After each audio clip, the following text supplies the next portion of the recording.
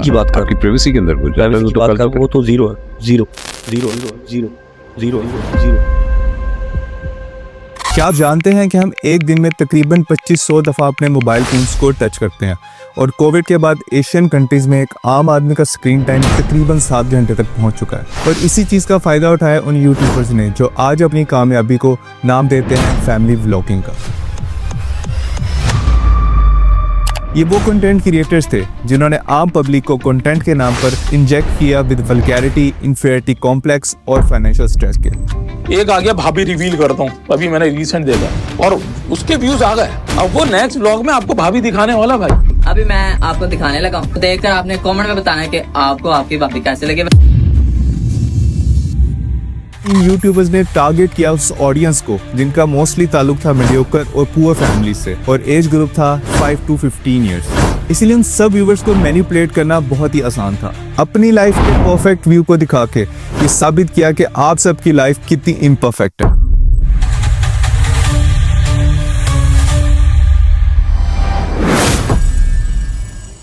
इस वीडियो में जो फैक्ट्स और इंसिडेंट रिपोर्ट किए गए हैं वो बेस करते हैं on real events with authentic references.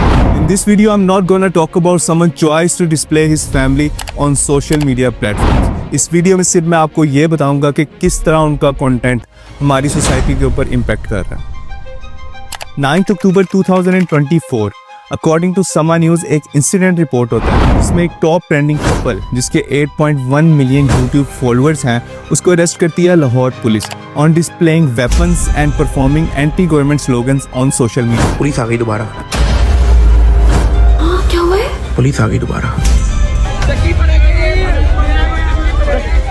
देखिए, डकी भाई की अहलिया अरूप के इंस्टाग्राम पेज पे एक पिक अपलोड होती है जो कि वेपन के साथ होती है। वो लोग उकसाने का बायस बन रहे थे कि हुकूमत मुखालिफ बाहर निकलें। 13 घंटे ये पुलिस की कस्टडी में रहे।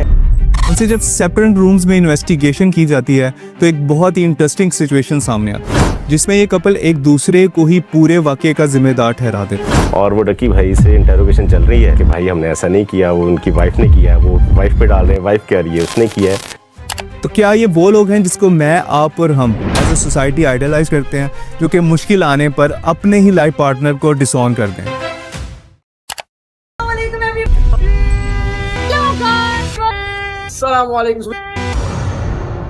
शायद हमें खुद पे तो फैमिली व्लॉगिंग के वो असरात नजर ना आए लेकिन आने वाली जनरेशन पे फैमिली व्लॉगिंग के बहुत से वर्स इफेक्ट नजर आएंगे। रिसेंटली एक यूट्यूबर की शादी पे जितना पैसा लुटाया गया और जो गिफ्ट्स लिए और दिए गए, शायद मैं और आप अपनी पूरी जिंदगी में भी उतना पैसा ना कमा सकें।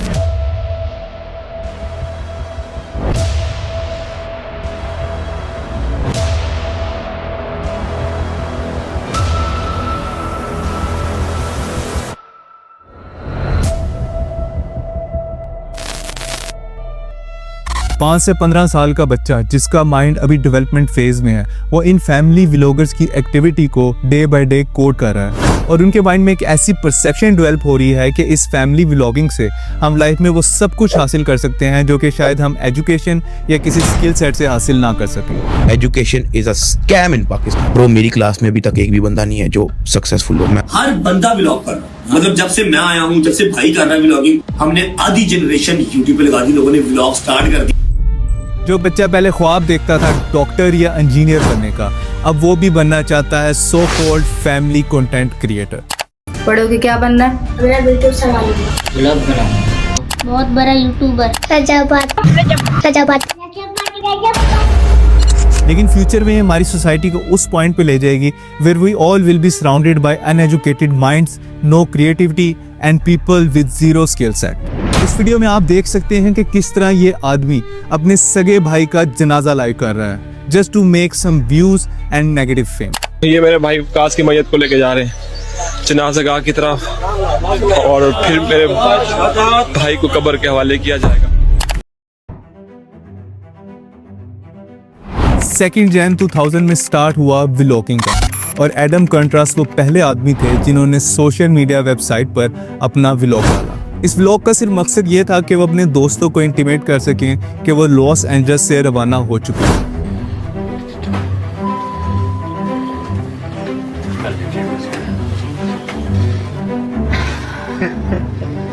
यानी यानी इस व्लॉग बनाने के पीछे फिर भी कोई मकसद था, जो कि इतने साल गुजर जाने के बावजूद भी आपको इन फैमिली व्लॉगर्स के कंटेंट में नज़र बिल्कुल नहीं आया। फिर 2005 में YouTube लॉन्च होती है और उसके 3 साल बाद ही यानी 2008 में शेटार्ड नामी एक शख्स जो कि YouTube पे अपना फर्स्ट चैनल बनाता है और उस पे अपलोड करता है दुनिया का सबसे पहला family vlog. This channel is the Shaytards channel. This channel is going to be just to do whatever I want with. लेकिन पाकिस्तान में कोविड के साथ साथ फैमिली व्लॉगिंग का वायरस आया 2019 में और पाकिस्तान में YouTube चैनल्स की तादाद 5000 से बढ़कर 25000 तक हो चुकी थी और ज़्यादातर चैनल इसमें फैमिली व्लॉगिंग पे ही बेस करते थे।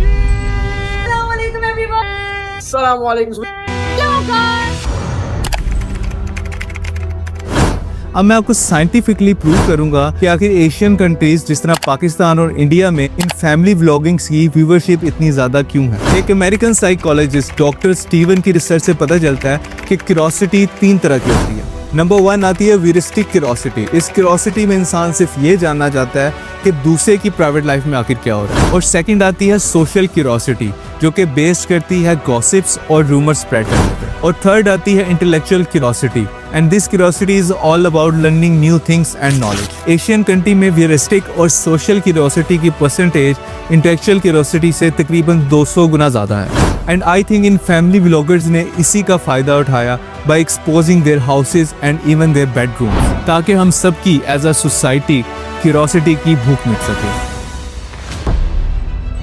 अगर हमें ब्लेम ही करना है तो ब्लेम करना होगा हमें खुद को, ना कि इन फैमिली व्लॉगर्स को। अगर millions of followers in family vloggers का सब स्टैंडर्ड कंटेंट देखना चाहते हैं तो कहीं ना कहीं इस तरह के कंटेंट की डिमांड हम लोगों ने खुद ही क्रिएट की है। So where there is a demand there is a supply. और जब ऐसे फैमिली व्लॉगर्स के मिलियंस ऑफ फॉलोअर्स हैं तो शायद एज अ सोसाइटी हम लोग खुद ही फेल कर चुके हैं।